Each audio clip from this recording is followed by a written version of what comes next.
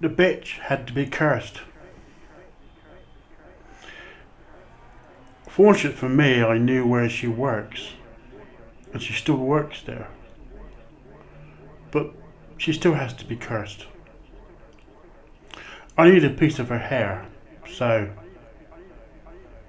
I performed a covert operation to obtain a segment of her hair, in which she had no idea what I was doing, because I'm devious, as I'm a grey sorcerer. I'm not always devious, but I can be very devious when I end up cursing someone. And so once I obtained the hair, I had a piece of clothing I had to get hold of, which was not a problem because being devious, I found it easy, natural. So with the hair and the clothing, I needed some skin. And that was going to be hard, and I wanted some blood as well, which is going to be even harder. But I won't go into detail exactly how I got the blood and how I got the skin, but I got them. And I used energy, and I boiled hemlock leaves, deadly nightshade, and some very obnoxious and poisonous toadstools and mushrooms I choose not to mention here and now. And I formed myself a little doll designed about her, the bitch that needs to be and shall be cursed. It's quite good actually. It resembled her in many ways. Because once you encounter this bitch, you never forget her. It's like the first time you encounter a sadist dentist. Once treated, never forgotten. And I placed this little doll that I'd created out of her segments and plants and mushrooms and toadstools into a coffin, but I didn't put the lid down, not yet. She had to die first, miserably, painfully, horrifically. She had to be tortured, hung up on a stake, because she overstepped the mark. I don't take insults lightly.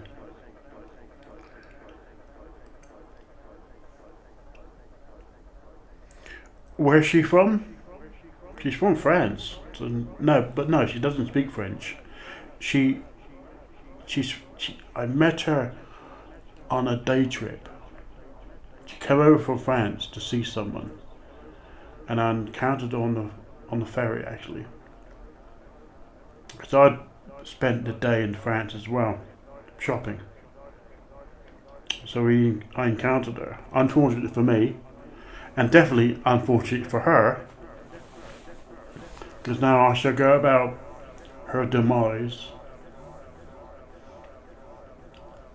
but not her death. I will not cause her death, but she may take her own life from the torturous, ghastly horrors I am about to inject into her.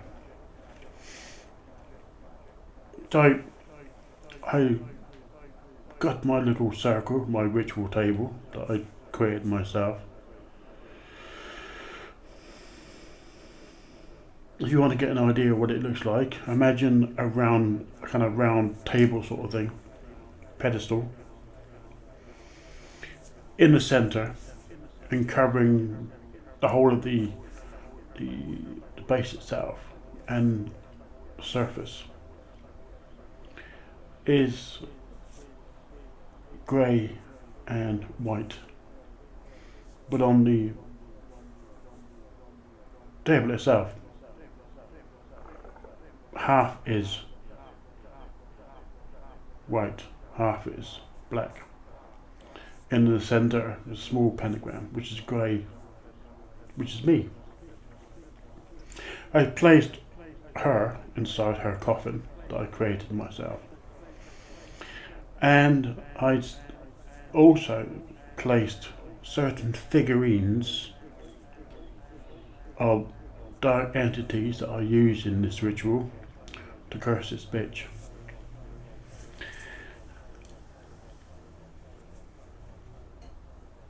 And I set to work. I've done the ritual, I've done chanting, I summoned the spirits to do the torturing of this bitch. And about an hour to an hour and 45 minutes, the ritual had been completed. Those spirits that had come from the forms and the figurines that I'd created previously for another cursing were dispatched, sent forth to punish in ghastly, horrific ways. But how would I know they are carrying out my orders correctly, to the letter, so to speak? Well, that very evening, I asked the projector to where she lives. Because when I encountered her, and what she said was unacceptable, and I found it hurt me deeply, I did place a spell on her to tag her. So now I am about to meditate to allow myself to astral project to where she is. It never takes me long, about a minute or 2 minutes, to lock my body into a trance. And I arrived just as she had come home from somewhere. I know where, but I wasn't really interested in mentioning that in this recording, in this audio prose, this short story, so to speak. She'd done what she normally does. As this was summertime, she's got undressed down to her panties and bra.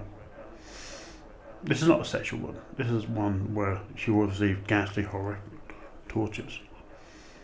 And she goes into the kitchen and prepares herself some food.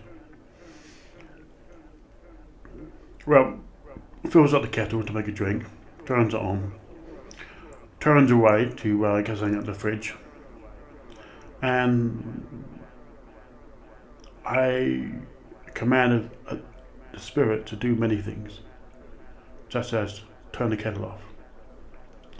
So she's assuming it's boiling, but unfortunately for her, she bought the wrong kettle, because this one doesn't make a noise when it boils. It's a silent boiler, so to speak.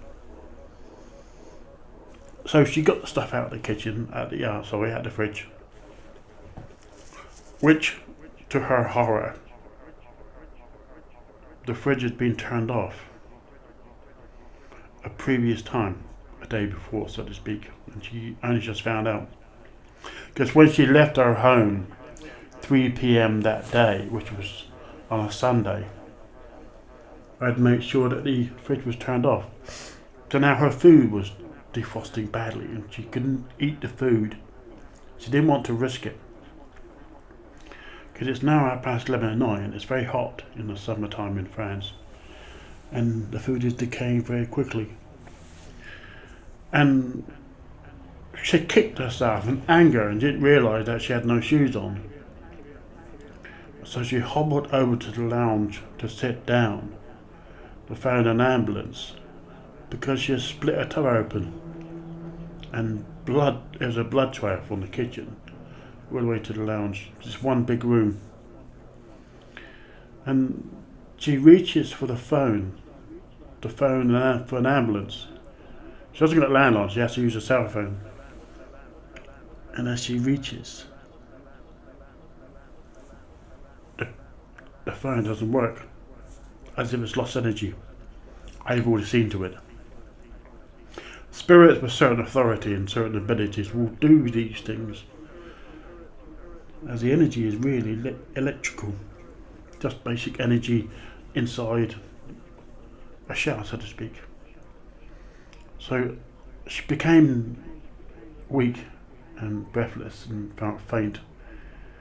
She fell into a deep sleep. It was about 6 days later that she was found by her cleaner. As a cleaner then, and they came once a week, and the windows were open the night she fell into a deep trance, created by my loyal servants, those ones who do my bidding. And a raven managed to hop into the lounge, into her flat, through the open window, and helped himself or herself to her eyeballs. Ravens do so like eyeballs.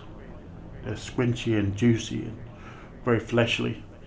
And after she left, the raven that is, other insects arrived and other birds arrived, and by the time she was found, it wasn't a very nice thing.